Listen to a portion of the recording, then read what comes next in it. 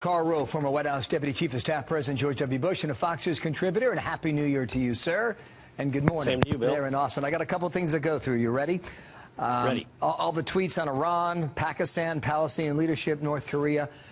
Does the unconventional approach that we're all kind of used to right now, do you see a measure of that working or having influence on these big ticket items here? Well, it is unconventional, and if it works, it's because of the conventional elements of it. Is this part of a deliberate plan? Are these tweets followed by actions? Were there preparations in advance that allowed those actions to be taken? For example, take a look at the tweet on UN funding. Obviously, Nikki Haley had a plan of what she wanted to cut, $252 million out of the operations budget. So he was tweeting, and then she acted. Sometimes it's good just to make the statement. What's interesting is the Iranian statement. I think it's very powerful for the president to come out and make this statement. Contrast this with 2009, when the Iranian regime, the mullahs, stole the election. Ironically, back then, it was the Europeans who came out and condemned Iran's actions, and it was the United States that was silent. Hopefully, this time around, the president's tweets will result in something, so namely Western states joining this, Western nations. So you've got his Twitter feed, his message. Sarah Sanders talked about it yesterday. Nikki Haley's strong words of the UN, as you mentioned as well. Can this revolution succeed this time?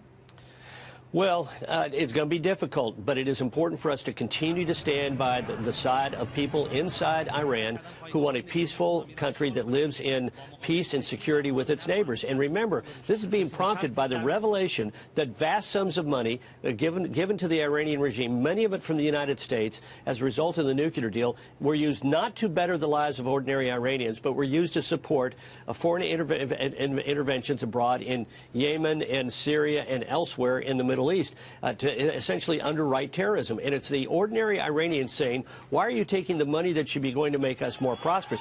40% of the young are out of a job. The unemployment rate in the country, the official unemployment rate is 12%. The likely unemployment rate is much higher than that. Inflation is rampant, and people's economic circumstances are worse off today than they've been 10 years ago and 20 years ago. And the way this is a revolt that we ought to be standing The way with. I understand it is that the budget was leaked essentially out of Tehran. I mean, believe that or not, and that all the money was going to the regime. And look, the folks in the villages and the towns hear about it, and that ticked them off. Okay, so we will watch that. Two other big topics I really want to get to right now. Tax reform is done. It's in the rearview mirrors 2 weeks ago.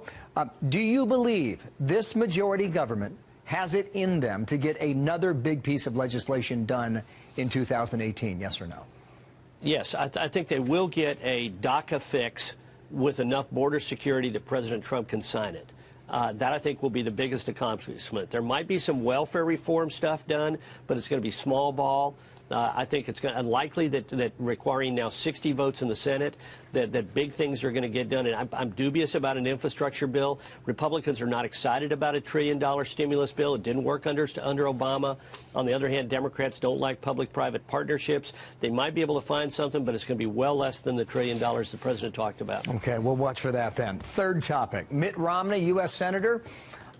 He could probably get, what, 70% of the vote in Utah? Would you say it's very popular. Higher or lower than that? Here's the headline from Politico. Trump-Romney rivalry set to take center stage yet again. I'm very curious to know how you size up this relationship if Mitt Romney were a U.S. Senator. Yeah. Well, first of all, I think that headline's exaggerated. I don't think President Trump is looking to make fights. And he's probably smart enough, and his political operation smart enough to know that if Utahns want to nominate Romney and elect him, which every sign points to, that it's wise not to get in front of that freight train. And look, Romney's an adult. If the White House were smart, they'd recognize that and say, what are the things that we could work with Senator Romney, where President Trump and Senator Romney can work together, and realize that where they disagree, Mitt Romney's style is to be, responsible and polite in his disagreements. So this is something they ought to let happen, because it's going to happen, and find a way to make it work. Can I go back to the first topic, though, for just a second? The tweets. I want to say one thing about North Korea. I do think that shows the downside of the president's tweets. There was no deliberate plan. There was no preparation for this. He just tweeted, I got a bigger button than you. that does make him look small on the international stage. Better in instances like that to take action rather than to be trolled by Kim Jong-un. Kim Jong-un woke up and said, I succeeded. I put out a tweet, and I got the personal attention of the President of the United States, and I'm important enough that he tweeted back at me. Better to have done things like, remember when he was tweeting, when Kim Jong-un was making amazing statements last fall, and the United States responded by sending more warships and more airplanes and by demonstrating our prowess. He got the message, don't mess with us.